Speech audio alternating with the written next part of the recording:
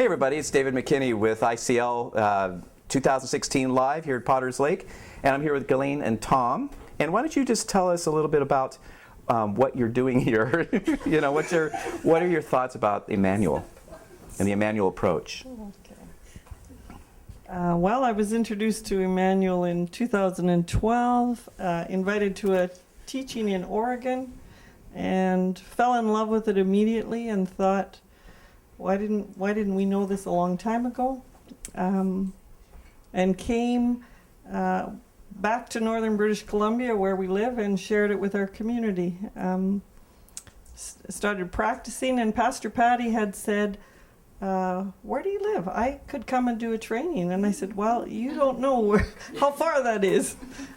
She said, no, really, I go all over the world. So just invite me. So we did invite her, and she came once and twice and up to 4 times and trained in our little community. And we see it changing the church and changing individual lives. And how about you, Tom? Anything you wanted to add to that, Tom? I was quite impressed when Gaylene came back and how this could help. We're in a small community, quite a few First Nations, and how it could help the First Nations with trauma.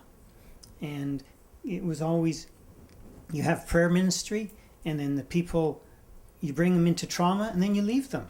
Whereas with Immanuel, they have what they call a safety net.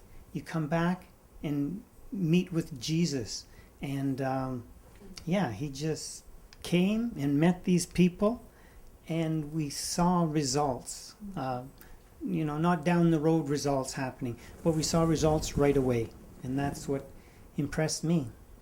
How do you see the Immanuel Approach healing? How is that set apart from other particular types of healing that you've seen? There again, the thing I admire about Immanuel is there's no golden child. There's no superstars, you know? And, well, there is one. I have to correct myself. And that's Jesus. And he comes and he witnesses, and it's all about him. And it's not about a ministry. And it's not about other people leading it. And he shows up. And yeah, you just leave it up to him.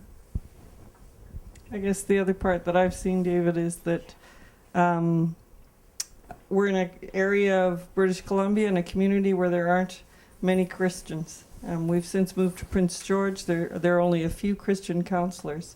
There will never be enough counselors to meet all the needs that are there.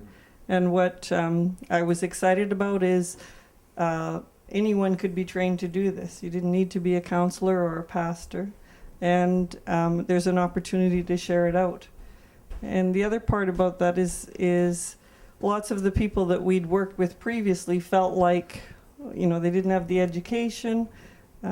And there's a multiplying factor that I'm excited about, that it can be far-reaching in these remote communities. So Right, and it seems to be something very simple to duplicate. it really And is. people can learn this very easily. Well, and it isn't learn it, it's learn it. Yes, It's exactly. an experiential learning, which I believe is the significant piece, because once people have had an encounter that is Yes. real, they're excited to tell others. Great. Well, we thank you for being a part of the Immanuel family, the community, and appreciate you being here. Thank you for sharing. Thank you.